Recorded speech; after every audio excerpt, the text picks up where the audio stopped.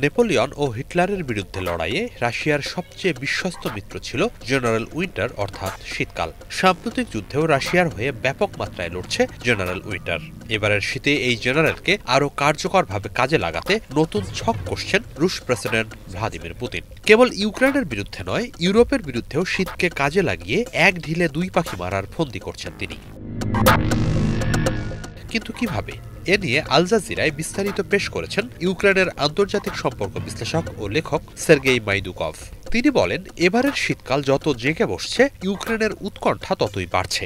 ইউরোপীয় মিত্র ফ্রান্স ও যুক্তরাজ্যের নেতৃত্বে জোটগত সহায়তা সত্ত্বেও শহরগুলোতে বিদ্যুৎ সরবরাহ ও ঘরবাড়ি উষ্ণ রাখা নিশ্চিত করা কঠিন থেকে কঠিনতর হয়ে পড়ছে ইউক্রেনের জন্য। কারণ এবারের শীতে ইউক্রেনকে অন্ধকারে তলিয়ে দিতে রাশিয়ার সেনারা দেশটির গুরুত্বপূর্ণ জ্বালানি অবকাঠামোর ওপর হামলা বাড়াচ্ছে। তাদের লক্ষ্য শীত পুরোপুরি নেমে আসার আগেই ইউক্রেনের বিদ্যুৎ ও গ্যাস সরবরাহ ব্যবস্থা অকেজো করে দেয়া।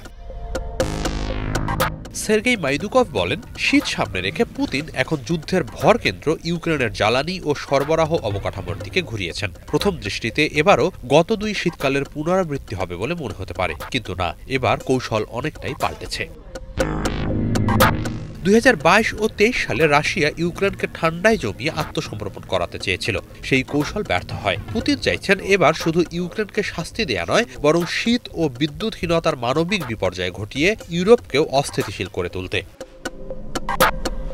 2022 সালে ফেব্রুয়ারির শেষ দিকে রাশিয়ার পূর্ণ মাত্রার আগ্রাসন শুরু হলে ট্রেন, ব্যক্তিগত গাড়িতে ও হেঁটে পশ্চিমে পালিয়ে গিয়েছিল লাখ লাখ ইউক্রেনীয়। দ্বিতীয় বিশ্বযুদ্ধের পর সেটিই ছিল ইউরোপের সবচেয়ে বড় শরণার্থী স্রোত। যদি ইউক্রেনের জ্বালানি অবকাঠামো পুরোপুরি ভেঙে পড়ে, তাহলে নতুন করে আরও বিধ্বংসী হয়ে শরণার্থী ঢেউ আছড়ে পড়তে পারে।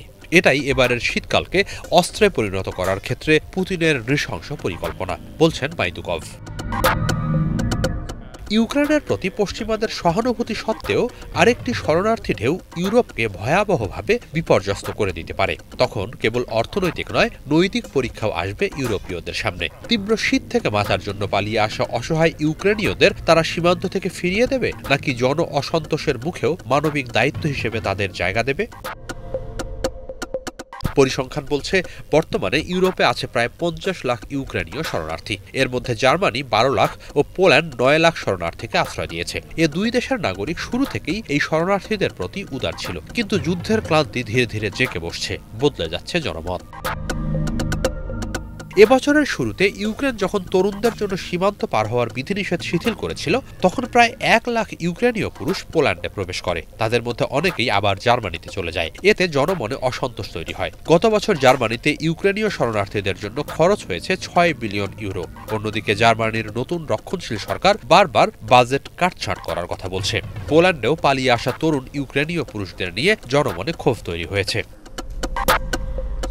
পুতিন ভালো করেই জানেন, মরিয়া ইউক্রেনীয়দের ইউরোপীয় ইউনিয়নের সীমান্তের দিকে ঠেলে দেওয়াটা কার্যকর কৌশল। এই শীতে ইউক্রেনের জ্বালানি অবকাঠামো যদি ধ্বংস হয়, তাহলে লাখ লাখ মানুষ পোল্যান্ড কিংবা রোমানিয়া ও হাঙ্গেরির দিকে ছুটতে থাকবে। সীমান্ত পেরিয়ে উস্কানিমূলক কর্মকাণ্ড ও ড্রোন আক্রমণের মতো ঘটনা পরিস্থিতিকে আরও উত্তেজিত করতে পারে, আর তাতে ইউক্রেন সহ ইউরোপের দেশগুলোতেও দেখা দেবে নতুন বিপর্যয়।